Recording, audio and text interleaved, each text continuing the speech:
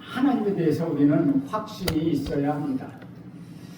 예수님을 모르는 사람들이 종종 우리 믿음의 사람들에게 질문할 때가 있습니다. 당신이 믿는 하나님은 도대체 어떤 분이십니까? 당신은 왜 그렇게 열심히 예수를 믿습니까? 당신의 신앙을 나는 이해할 수가 없는데 한번 설명해 보십시오. 우리는 이 질문에 어떻게 대답해야 합니까? 만약 우리 대답이 불분명하다면 조롱을 받을 것입니다. 잘못된 무속 신앙에 심취된 사람들로 오인받을 수도 있다는 것입니다. 그래서 우리는 나만의 신앙의 이유와 대답을 갖고 있어야만 합니다.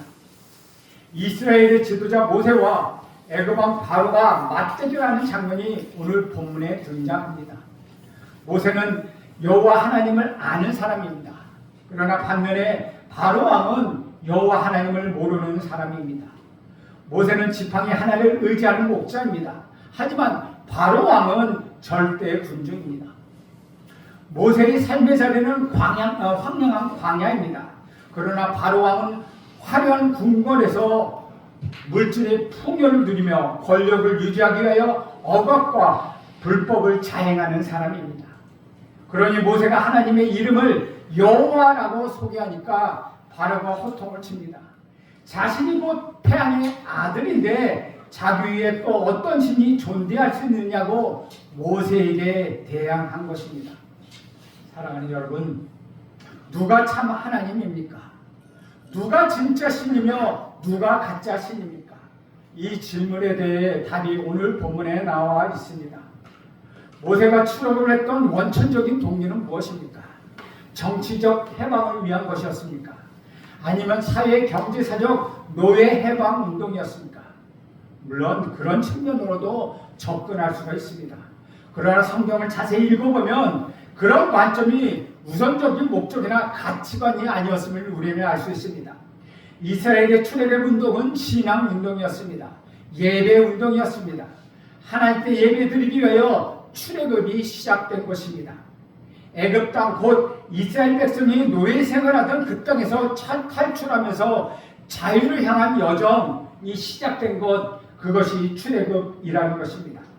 그렇다면 애굽을 탈출하는 이유이자 목적이 왜 예배였습니까? 왜 그들은 그 땅을 탈출하면서까지 예배를 드리려 했습니까? 인간의 진정한 차이가 어디로부터 비롯되는 것입니까?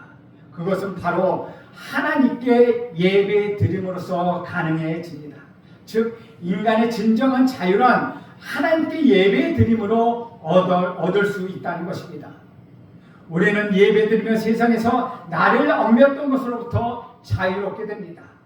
나의 우상이었던 모든 것을 내려놓고 오직 내가 붙잡아야 할 분이 하나님 한 분뿐임을 고백하게 된다는 것입니다.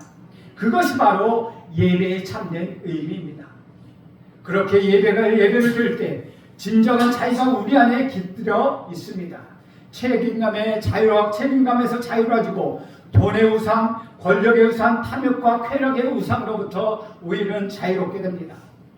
우리가 자유자가 되는 시간이 바로 예배를 드리는 시간이라는 것입니다.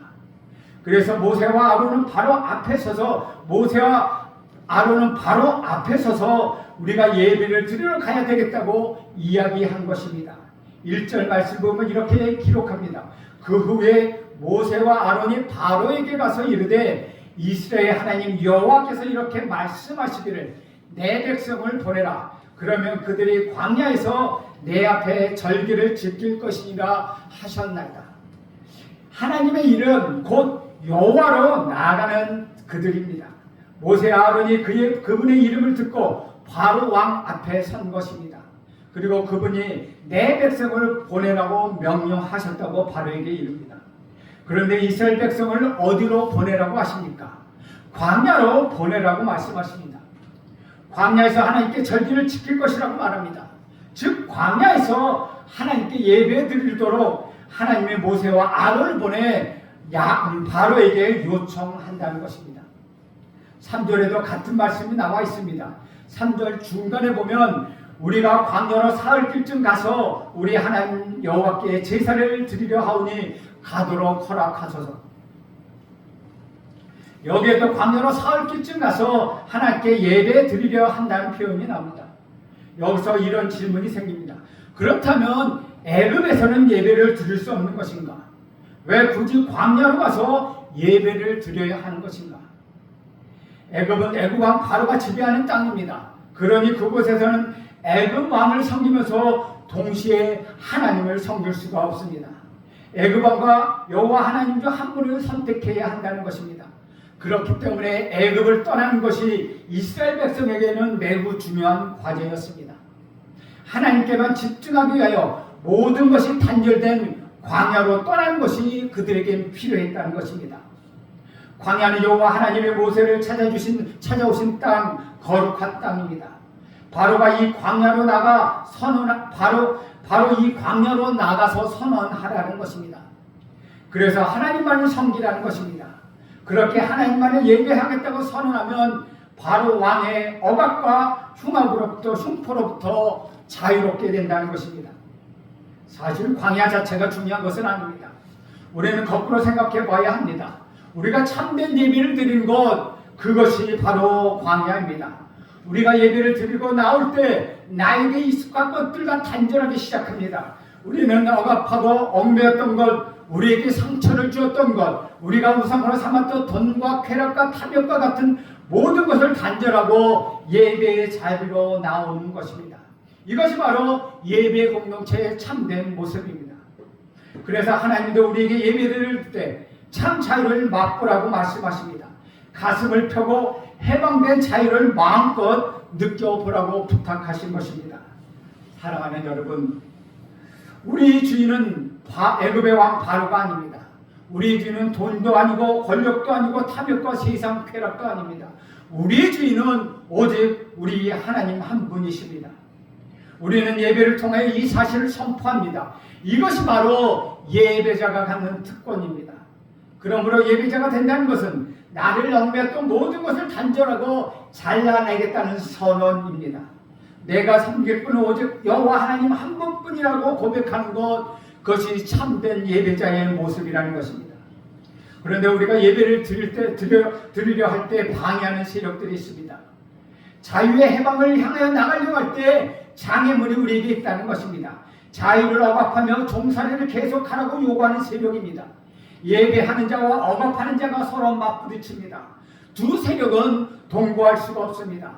예배를 드린다는 것은 자유를 향한 갈구이기에 또 남에게 빼앗겼던 권리를 회복하며 종살이를 박차고 하나님께로 돌아가는 길이기 때문에 방해자가 있을 수밖에 없다는 것입니다. 애굽이라는 거대한 세력과 바로 왕이라는 막강한 권력자가 앞에서 가로막고 서 있습니다. 오늘 본문에서도 모세가 예배 드리러 간다고 하니 바로가 그 앞을 막아섭니다. 2절 말씀에 보면 바로가 이렇게 대답합니다. 바로가 이르되 여호와가 누구이기에 내가 그의 목소리를 듣고 이스라엘을 보내겠느냐? 나는 여호와를 알지 못하니 이스라엘을 보내지 아니하니라.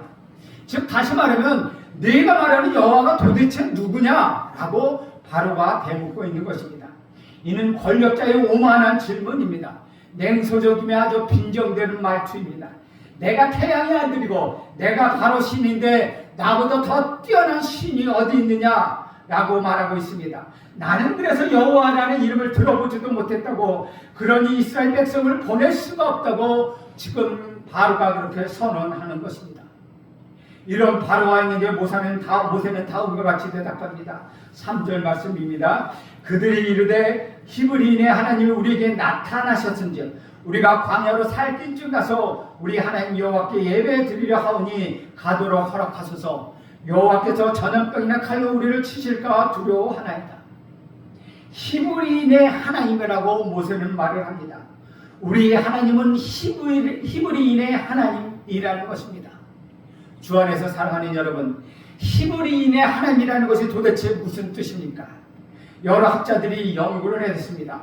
도대체 여기에 나타난 히브리인이라는 것이 무슨 의미인지, 그들이 당시에 어떤 사람인지 깊은 연구를 했습니다. 그런데 전반적으로 많은 학자들이 합의하는 부분이 있습니다. 그 부분은 이런 내용입니다. 사회적 선민 출신의 사람들, 고된 노동을 하는 밑바닥의 사람들을 지칭한다는 것입니다.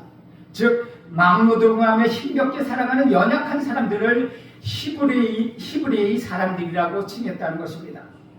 그런데 이 말은 달리 표현하면 하나님은 연약한 자들의 하나님이라는 뜻입니다. 그분이 무능력한 자들의 하나님이라는 것입니다. 절대 권력을 가진 바로 왕 앞에서 하나님은 무능한 사람들을 대변하십니다. 또 비천한 자를 고통에서 구원하시는 하나님이십니다. 바로 이 사실을 모세가 바로 왕에게 앞에서 선언했다는 것입니다. 모세의 요청은 단 하나입니다. 하나님께 예배를 드리겠다는 것입니다. 그러나 그 말은 바로 왕 당신에게는 예배를 드리는 것을 이제 그만하겠습니다 라는 뜻입니다. 이로써 절대 강자이자 모든 것을 소유한 왕과 아무것도 갖지 못한 노예의 입장을 대변하는 모세가 대결하는 구도가 서게 됩니다. 사랑하는 여러분, 예배가 왜 중요합니까? 예배를 드리는 그 순간 여러분을 억눌렀던 모든 우상이 평준화되기 때문입니다. 더욱이 그 우상을 폐기 처분할 수 있는 것, 그것이 바로 예배라는 것입니다. 그러므로 여러분의 예배의 대상이 누구신가 하는 것이 그 자체가 매우 중요하다는 것입니다. 다시 말하면 우리 하나님은 없는 자의 하나님이십니다. 가난하고 핍박당하는 자를 보호하십니다. 모든 억압에서 해방시키는 분이 바로 우리 하나님이십니다. 인간의 존엄성이 파괴되는 자리에서 그들을 살려주시는 분이 하나님이십니다. 사회에서 소요되고 길을 펴지 못하는 자들에게 친구처럼 찾아오시는 분, 그분이 우리 하나님이십니다. 그러므로 인간의 존엄성을 회파하고 하나님 대신 우상을 섬기는 모든 세력을 거부하는 것이 믿음의 사람들의 올바른 자세입니다. 또 그것이 여러분의 힘과 능력이 된다는 것입니다. 하나님의 이런 속성을 우리 구주 예수 그리스도가 그대로 받아들이셨습니다. 우리 예수는 이 땅에 가장 낮은 자의 신분으로 오셨습니다. 가장 연약하고 비천한 자로 오셨습니다. 왜 그러셨습니까? 연약한 자를 품기 위해서, 절망한 자를 품기 위해서, 비천한 자의 밑바닥 인생을 품기 위해서 우리 예수님은 그토록 낮아지신 것입니다. 그래서 예수님은 산상설교에서 가난한 자가 복이 있다, 애통한 자가 복이 있다고 말씀하셨습니다. 당시 인권 대접을 받지 못했던 여성들을 예수님이 만나주셨고, 질병에 걸려서 고통받는 자들, 버려진 그런 사람들을 예수님이 끌어안으셨습니다. 그것이 바로 우리 하나님의 마음이었기 때문입니다. 하나님이 왜 이스라엘을 택하셨습니까? 이스라엘이 잘나서, 이스라엘의 능력이 있어서, 이스라엘의 소유가 많아서 택한 것이 아닙니다. 오히려 보잘것없어서 그들을 택하셨습니다. 하나님이 살아계심을 보여주기 위하여 그들을 택하셨다고 말씀하십니다. 하나님의 마음은 이렇습니다. 잠언 14장 31절에 보면 이렇게 말씀하고 있습니다. 가난한 사람들, 학대하는 자는 그를 지으신 이를 멸시하는 자요, 궁핍한 자를 불쌍히 여기신 자는 주를 공경하는 자니라. 나보다 작고 연약하다고, 나보다 못하고 누군가를 무시하거나 조롱한다면 그것은 하나님을 조롱하는 것이라는 것입니다. 반대로 연약한 사람을 배려할 줄 알고 귀히 여긴다면 그것은 하나님을 공경하는 것입니다. 예수님은 가장 작은 자, 가장 연약한 자를 사랑으로 돌봤으며 그것이 바로 우리 예수님이 행할 것이라고 말씀하셨습니다. 여러분, 우리 생각과 하나님의 생각이 얼마나 다릅니까? 우리는 돈 있는 사람 앞에 서고 싶습니다. 힘 있는 자 옆에 붙어 다니고 싶습니다. 무언가 세상에서 떵떵거리고 권력을 쥔 사람 옆에 가야 안전하다고 생각합니다. 그러나 우리 하나님은 반대이십니다.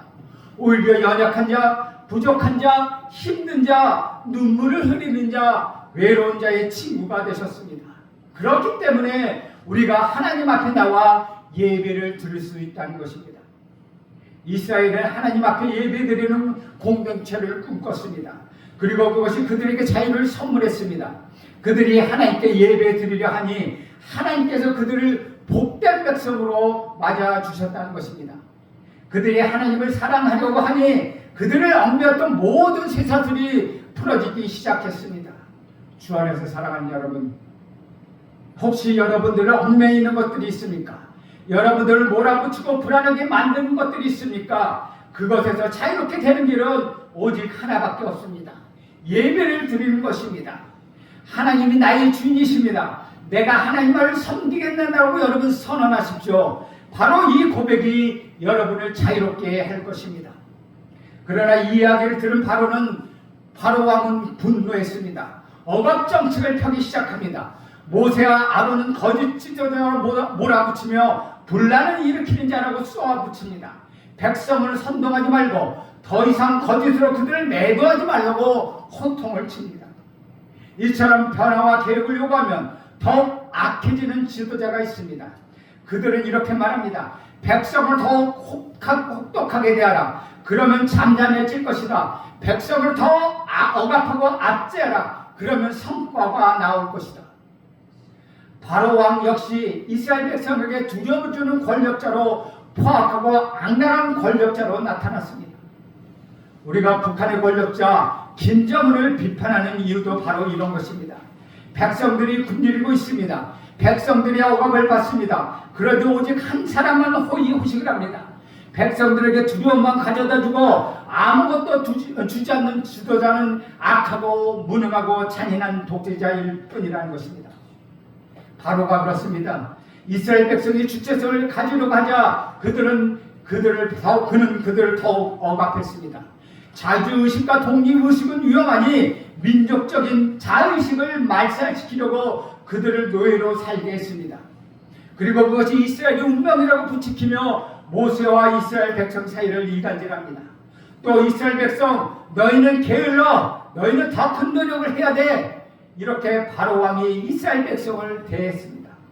이것은 독재자들이 백성들을 지배하는 방식입니다. 백성은 미련하고 게으르다는 것입니다. 더 억압하고 억눌러야만 제정신을 차린다며 억압을 강화하는 잔인한 정책을 씁니다. 그러면서 모세가 이스라엘 백성들의 지도자가 될 수 없다고 엄포를 놓는 바로 왕입니다. 자신에게만 복종해야 한다고 이스라엘 노력을 감당할 수 있는 건 바로 왕 자신밖에 없다고 그래서 모세 때문에 이스라엘 백성에게 더욱 과중한 노역의 짐이 부과될 것이라고 말을 하고 있습니다. 게다가 그는 이스라엘 백성의 노예 근성을 이용하고 있습니다.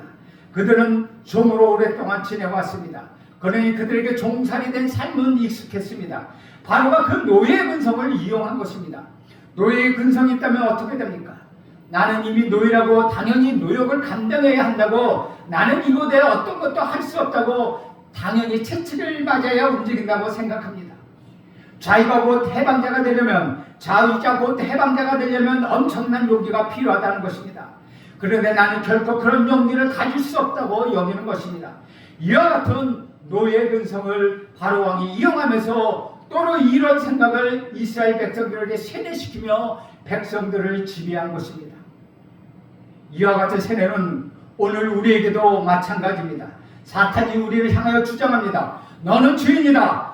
그러니 너는 죄책감을 가져야 한다. 너는 본래 사탄의 종이다. 내가 예수를 믿는다고 하지만 넌 금방 무너질 것이다. 금세 쾌락에 빠지고 타락할 것이다. 그러니 그냥 편하게 살아라. 내가 원하는 대로 그렇게 세상을 살아버려라. 이렇게 우리를 미혹하고 죄의 종이 되게 합니다. 하나님께 예배드리는 우리의 삶을 파괴하고 있다는 것입니다. 사랑하는 여러분, 이 노예 근성 곧 죄의 종에서 해방되는 길은 오직 하나뿐입니다. 돈과 권력과 탐욕과 쾌락이라는 우상에서 해방되는 길도 오직 하나입니다. 그것은 바로 우리 하나님께 예배 드리는 것입니다. 하나님, 내가 세상의 우상으로 인하여 넘어질 때가 있습니다. 내 인생이 자꾸 방향이 놓칠 때가 있습니다. 주님, 이곳이 광야입니다. 내가 주님 앞에 예배를 드리겠습니다. 오직 하나님께만 집중하는 용기를 주옵소서. 하나님만이 나의 하나님이십니다. 나의 모든 것을 차단하고 주님만을 바라보게 하옵소서. 여러분, 이렇게 기도하고 선포할 때 여러분 안에 회복이 시작될 것입니다. 여러분 안에 자유가 일어나기 시작할 것입니다. 여러분의 가정이 회복되고 여러분의 자녀가 주께로 돌아오게 될 것입니다. 사랑하는 여러분, 바로 왕이 이렇게 질문합니다. 도대체 여호와가 누구냐? 참으로 이 오만한 질문에 저와 여러분 대답해야 합니다. 저와 여러분 이렇게 선포해야 합니다. 여호와는 하나님이시다. 여호와는 우리가 예배 드려야 할 뿐이며 우리가 생명을 걸어도 아깝지 않으신 분이시다. 그 하나님께 예배를 드릴 때 그분이 우리에게 자유를 주시고 우리의 억압의 사슬을 끊어내며 우리를 해방시켜 생명의 길로 인도하실 것이다. 우리는 이렇게 담대히 선포해야 한다는 것입니다. 또한 여러분 이렇게 선언해야 합니다. 나는 하나님만 예배드리는 예배의 공동체에 속한 믿음의 사람이다 라고 이렇게 선포해야 한다는 것입니다. 그럴 때 여러분이 신앙생활의 어려운 여정 속에서 진정한 자유의 삶을 살게 될 것입니다. 예배자의 축복을 여러분이 누리게 될 것입니다. 여러분의 예배가 회복될 것입니다. 여러분의 기도가 회복될 것입니다. 여러분의 가정 예배가 회복될 것입니다. 여러분의 자녀도 회복될 것입니다. 그럴 때 하나님의 자녀로서 여러분 살아가게 될 것입니다. 어느 사탄마귀도 여러분 넘어뜨릴 수 없습니다. 오직 하나님께만 예배를 드릴 때, 믿음의 사람으로 우떡 설 때 하나님은 여러분과 함께 하셔서 여러분의 신앙 속에서 모든 악한 것들을 털어내고 자유롭게 해방자로서 살아가게 할 것입니다. 그러면 여러분의 신앙의 삶이 온전히 회복될 것입니다. 기도하겠습니다.